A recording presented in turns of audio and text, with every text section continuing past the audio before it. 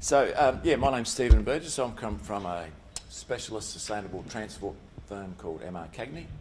We've got offices in Melbourne, where I'm from, and Sydney and Auckland and Brisbane and Portland in Oregon, Indonesia, so around the place a little bit. And one of the things I was special in is trying to modernise some of the regional cities around Australia. Doing it for a long time.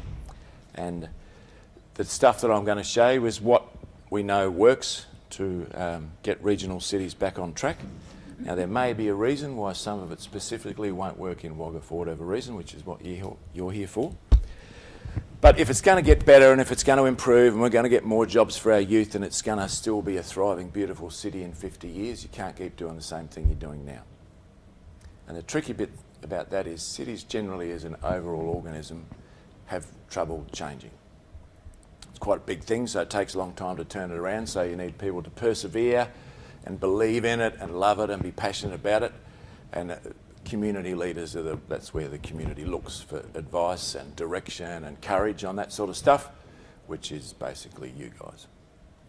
So if you're not on board, it just makes it hard for the council to do the job they have to do, and you come at risk of getting stuck. I'm going to spend a few slides just going over transport planning in general and what works and what doesn't work in regional cities around the world, and then we can get into some stuff where I think you might have to make some changes to get where the community wants it to go. Regional cities, Alice, is one of my favourite things to research. I think they're delicious. It's one of the real places where your social network, your work network, they're beautiful places, they're inclusive communities. People cross paths more naturally in regional cities than they do in the big cities, or you would think. Unfortunately, in the last 15 years, it's happening less and less. It turns out people in the football suburbs, Subiaco, St Kilda, Fitzroy, Footscray, they cross paths with more neighbours than average people in regional cities do nowadays. So they're not getting from their upstairs living room down to the downstairs garage, opening the automatic garage, driving to a downstairs car park and getting out again. They walk to the tram or the train or the bus stop, or they walk to work, the kids walk to school, and when you're walking, it's much easier to have an interaction with someone, not when you're driving. So rural and regional cities, the thing that they used to pride themselves on the most, they're falling behind. Social isolation, health issues, higher levels of diabetes, higher levels of heart disease, higher levels of obesity, because we all live in the big house and land and spend all Saturday at bloody Bunnings and the rest of the weekend mowing the bastard lawn, and not enough time out in our community anymore. You can keep doing that if you like, but generally speaking, it's a bad thing. It costs you a lot of money. These are the things, as you identify, these are what kill off our favourite places. Oversupply of road space, urban sprawl, oversupply of parking space. That is a perfect storm for people to be detached, isolated, unhealthy and non-profitable. You do not make money as a city if you've got all that stuff. Just to make you feel a tiny bit better, none of those photos are you. Yeah, they're from all over the place. Cairns, Townsville, Rocky. Yeah. But that's the thing to avoid. And it's this. This is what does all the damage. Single-use suburbs, urban sprawl. Unfortunately, the poor people who live out here are statistically the worse off. They have the highest levels of diabetes. They have the highest level of isolation and mental health issues. They have the highest level of heart disease, the lowest level of social connection. And yet, unfortunately, in cities like Wagga, you're not the only one. This is the development that's going ahead the fastest. The thing we like and need the least is the easiest for a developer to do, which is a little bit silly. It causes all sorts of transport, health and social problems, so we've got to get out of the habit of this. It's not cultural, it's just habitual. We've just got ourselves into that space. These are the good ones. Anyone know where that photo's from? Now, who's ever been to Fremantle on a Saturday or Sunday, realize you can't get a car park anywhere. So how do people get to Fremantle to get on the drink on a Saturday and Sunday afternoon? The locals walk. If you come from the city, what do? get on the train, goes right into the middle, and you get out and you get on the drink, and then you stagger back to the station and get back on again. So they've got a really, really low parking rate, but because they haven't got a parking rate, they've got lots of walking and lots of community activity. People walk further, they stay longer, and they spend more. They create movement economies. That's the economy that's created by you moving around. There is nothing worse for retail in a town if you can drive in and not get caught up in congestion. Park straight outside the shop you want to go in and do it and leave. That is an absolute town killer. That is how towns die.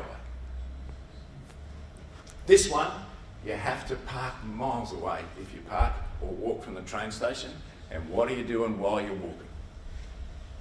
If I'm a retailer, if you're a retailer and I'm going past like this, you've got half a chance. My wallet's just here, I'm not sitting on it.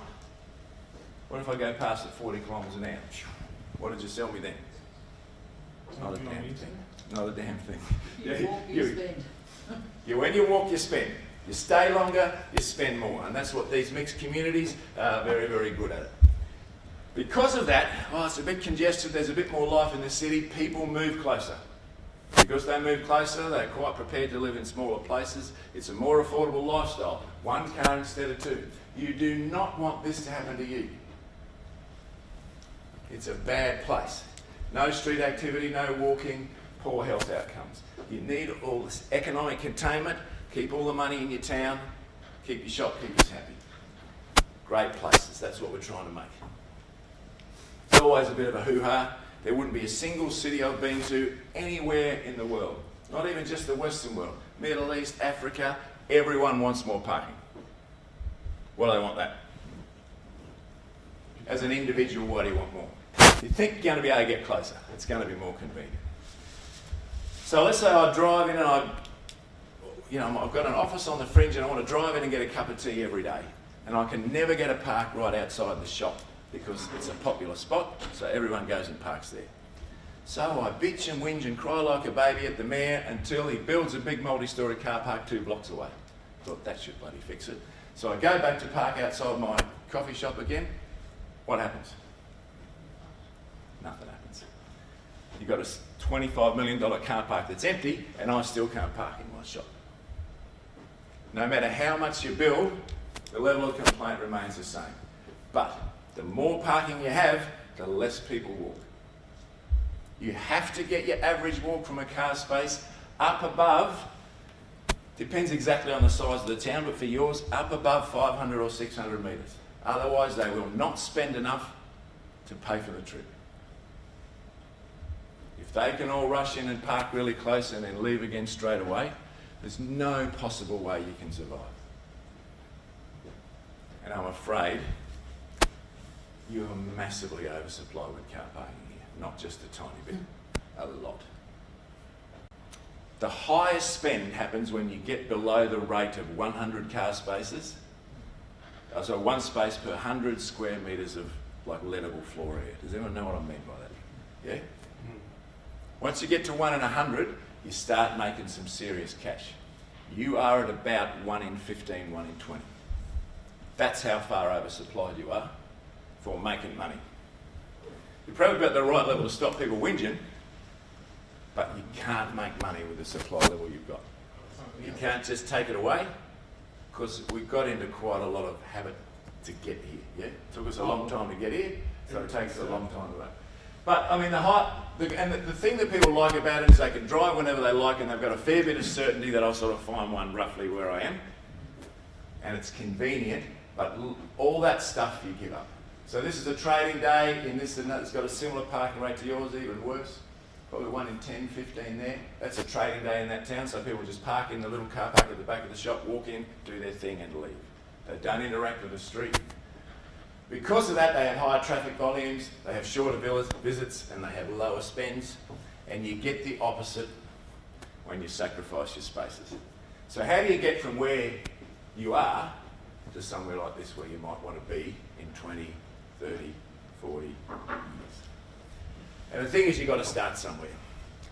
From the massive community engagement, this was out of the report from that, but this is what people wanted to happen in their streets. which is, even though it might seem a bit surprising, it's actually quite typical. When you ask people what they actually want, they want to be able to walk and ride their bike and engage with their community. We just don't supply them with enough choice to be able to do what you want. This is Wagga's community vision, which I actually like. I obviously get to see a stack of these. This is a good one. Is it a bridge too far? I would like to live in that place. Isn't it? It describes a beautiful town. That has transport connotations if you're going to get there. A connected community is a compact, walkable, interesting, active, human scale place. Melbourne always wins often wins the most livable city in the world thing of it. And it kind of shits me a bit because if you can afford to live in the tram circle, where you do have that type of human scale, if you live in the football suburbs, yeah, if you live outside of that, it is a disgusting place to live. And they do have big health problems, big social problems because of their sprawl. If you don't have this, you aren't a connected community and you lose all of your choice. If you're at a 20 dwellings per hectare, 15 dwellings per hectare, Wrigley Street subdivision, your choice to move about the city, which is what you were getting at before, is taken away from you. You've only got one choice, which is a car. Yeah? You can't walk from out there. I do bus planning all over the world and I cannot get a proper bus service to those communities. At best I can get them a 1 hour, 1.5 hour bus service, but there's just not enough of them together in a small place for me to go and collect them all. The best way to get a bus service out is to give every house a bus, so I might as well give them all a car, yeah? That's what those suburbs are designed for, and they're an economic disaster, they're a social disaster, and they're a health disaster.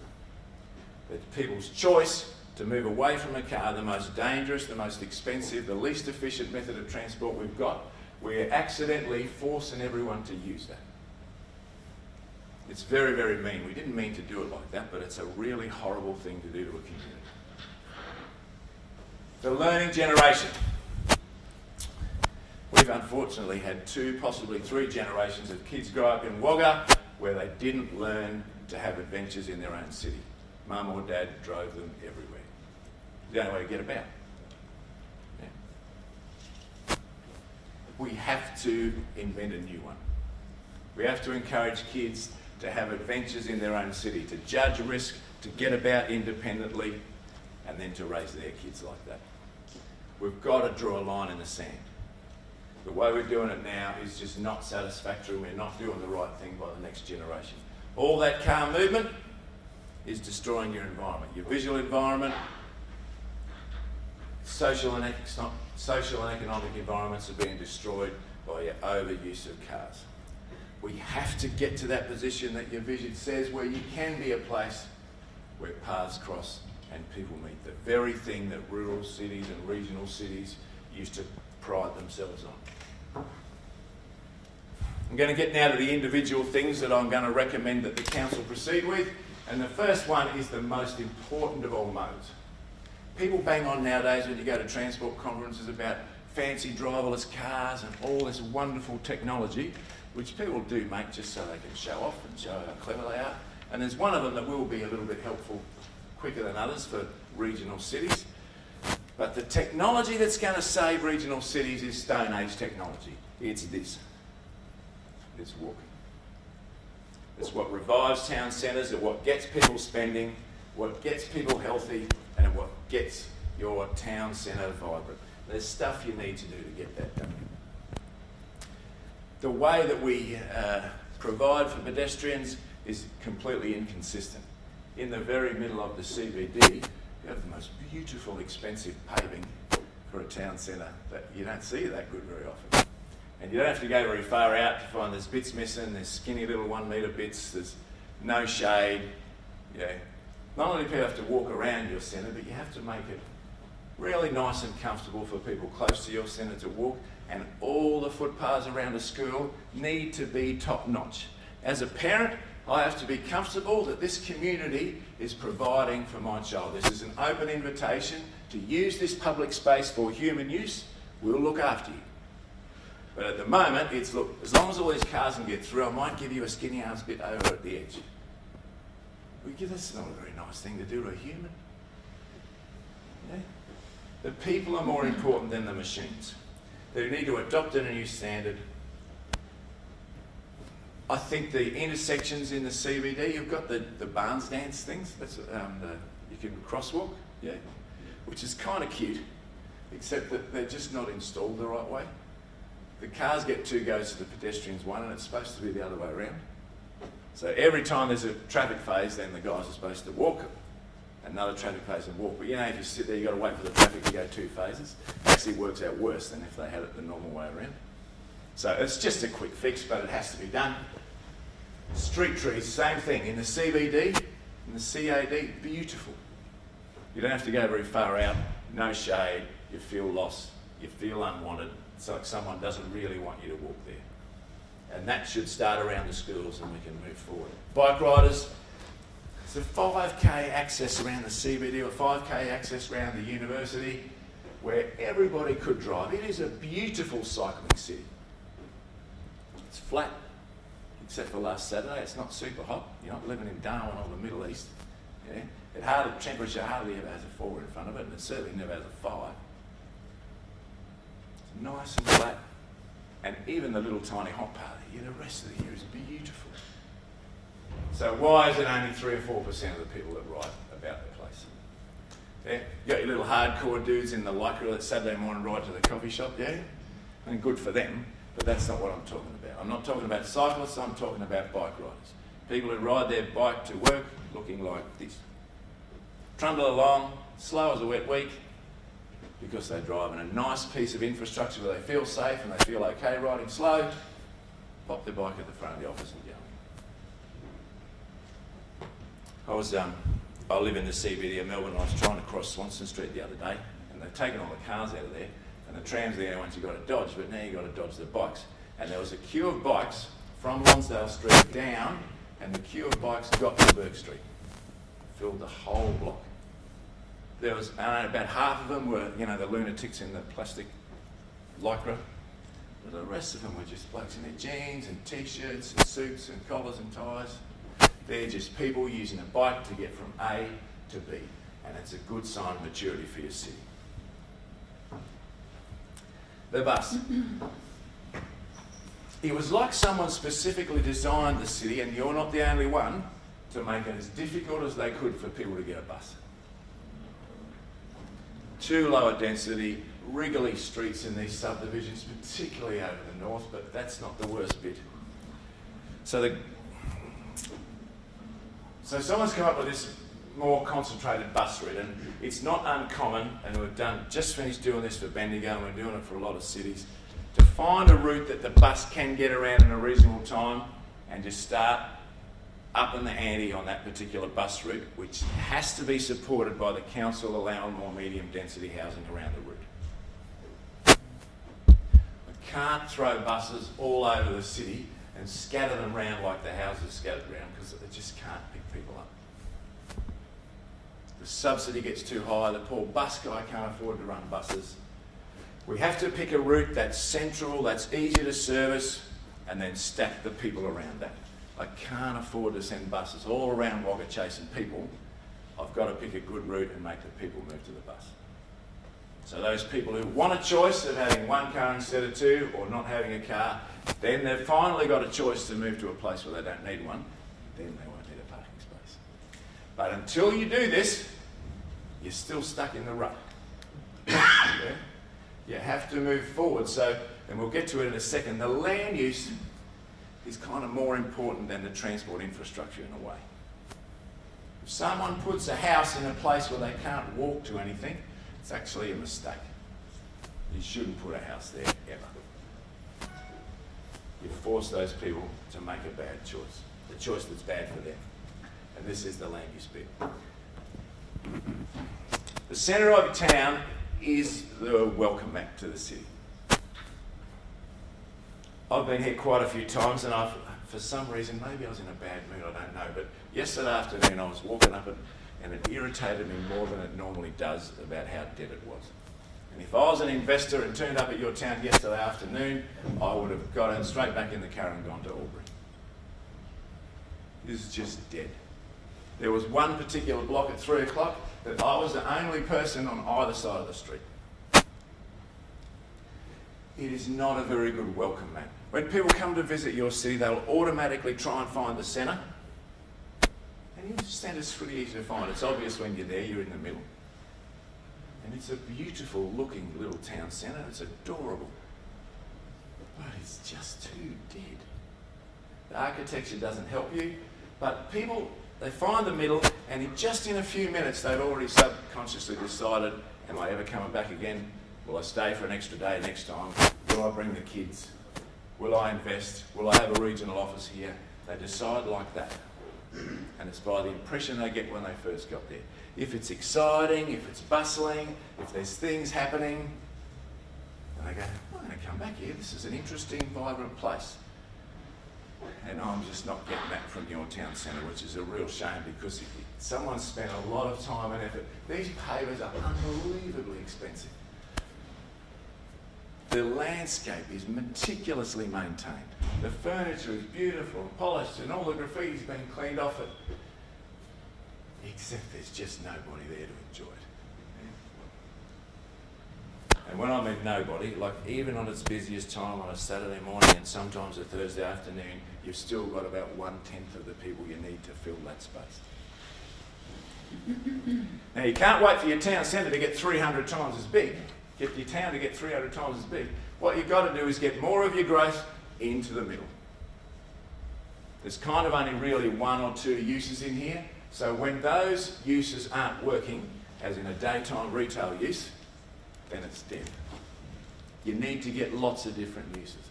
Bars, entertainment, living is very important.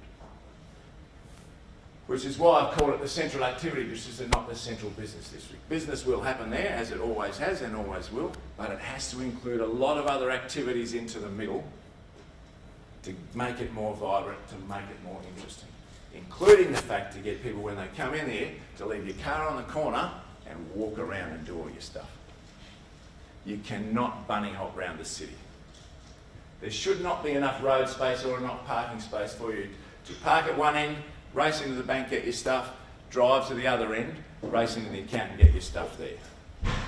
Park once and walk. And then I get to walk past your shop, and if you've got a nice shop, and you've got nice things in the window, and all that effort is worth something to me because I'm walking past and you can get me. But if I'm driving past, there is no possible way I can spend money in your shop and I'm contributing to this empty street environment that you've got at the moment.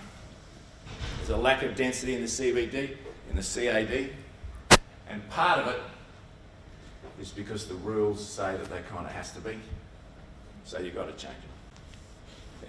It's extremely difficult for a developer to do the stuff that you want him to do the most. The rules are just so difficult. They'll say, bugger it. If I want to get return from my shareholders, the easiest thing for me to do is to go and cut up a cow paddock on the edge, which is another nail in the coffin of the middle of town. More people driving, less people walking, less people running into each other. You've got to put a lid on that. Yes? Sorry. Have you come across other cities where you've identified the CBD or CAD needs to be, developed more, but it's got a heritage overlay layer on it? Bendigo's a perfect example. They just had a specific task force that got stuck into it. So they got the heritage architects from the capital city, they got the local architects, the developers, the council and the councillors, and they didn't let them out until they resolved what they could do. And it turned out there was stuff that they thought they couldn't do, and the heritage experts say, no, that's a perfect use for that building. Perfect reuse. And they actually got on the bus and the plane and stuff and they went to other towns. So look, this is how they've reused this building. This actually is heritage listed in every, including paint colour and everything, but they still managed to turn it into a restaurant and a nightclub. Yeah. They still managed to turn upstairs into a living quarters, downstairs into a shop. But there's a knack to it, and you've got to apply your brain to it, but for goodness sake, don't let it scare you off. So these things, for as long as we'll see in the future, at least 70% of people will be using this to get around because of the way our land use is rolled out. At the moment it's 90 plus. Can't afford it because it is the most expensive way for people to get around. And it's denying people opportunities. This is the output from the traffic model of your town. And the red bit is bad. These red bits here actually aren't so hard to fix because it's not so much about the capacity of the road there, just the intersections are all mucked up. They just don't let you through. That can be fixed. This one here across the river is just pure, there's too much demand on it. There's too much stuff on one side compared to what people want to get to on the other, and no one will ever build you another one. Now, there's a possible out to that. If you become a marginal seat and someone has an insane thing that they'll find $600 million down the couch and they're not going to build West Connects and they're not going to build Parramatta Light Rail and all these other things fall into place, you might get a bridge. Yeah, car sales in Australia are dropping off rapidly. People are buying less cars, they're moving less in cars. I think that development to north side is the biggest risk to the town, and if you pursue it, it's going to hurt. You can't afford to subsidise 2,000 or 3,000 lots with a $600 million bridge. It just doesn't make any sense to me at all. Except that beyond that, and that's just the lots there, you've also got the education precinct and you've got the rifle, which is the most exciting thing this city has looked forward to for such a long, long time.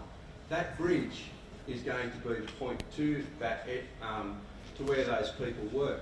And if you want them to come back in and make it even harder in town, don't give them accommodation options over the north side of the river. Whole industrial precinct. Of course there is, but I mean there's no point in choking it up even more for things you don't have to do. I don't think it is part of the affordability solution, and certainly from the council's perspective, that is the most expensive type of development there is, which is development out on the fringe. So the council has to pay more than twice as much in infrastructure out of its own pocket because the Section 94 is capped now. So it's the most expensive type of development for the council. Can you just explain that one? Yes, of course. So if someone chooses to build a block like in the middle here and build a block out on the edge, the public part of funding the roads, the water, the power and everything, the actual number for cities is about $180,000 per block more expensive for the community to fund. There's a cap on the rates increase, there's a cap on the Section 94, so you just can't afford to keep sending people out there. What I'm trying to do is provide a choice.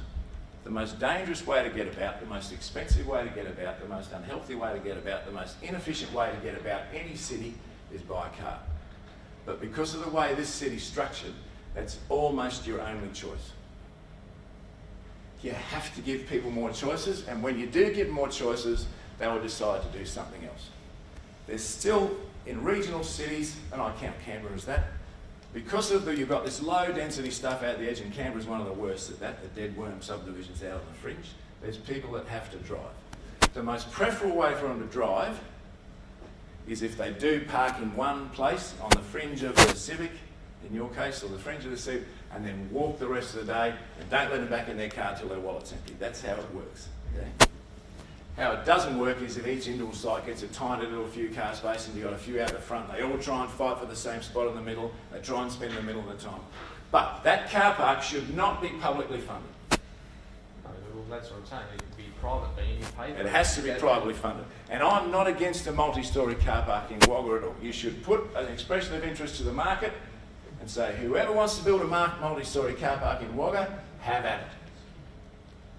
How many offers will you get? And that's a function of supply. Yeah? This is in just because there was mention that there should be a bypass project. It's an RMS project, which I don't have much confidence that we'll get up. So because of that, you've probably got to preserve some traffic access to Bowman if you do want to have that as a job centre. And by that I mean on the route that the heavy vehicles are going to use, what happens in a lot of not just regional cities, is little bits of land use creep in on the route.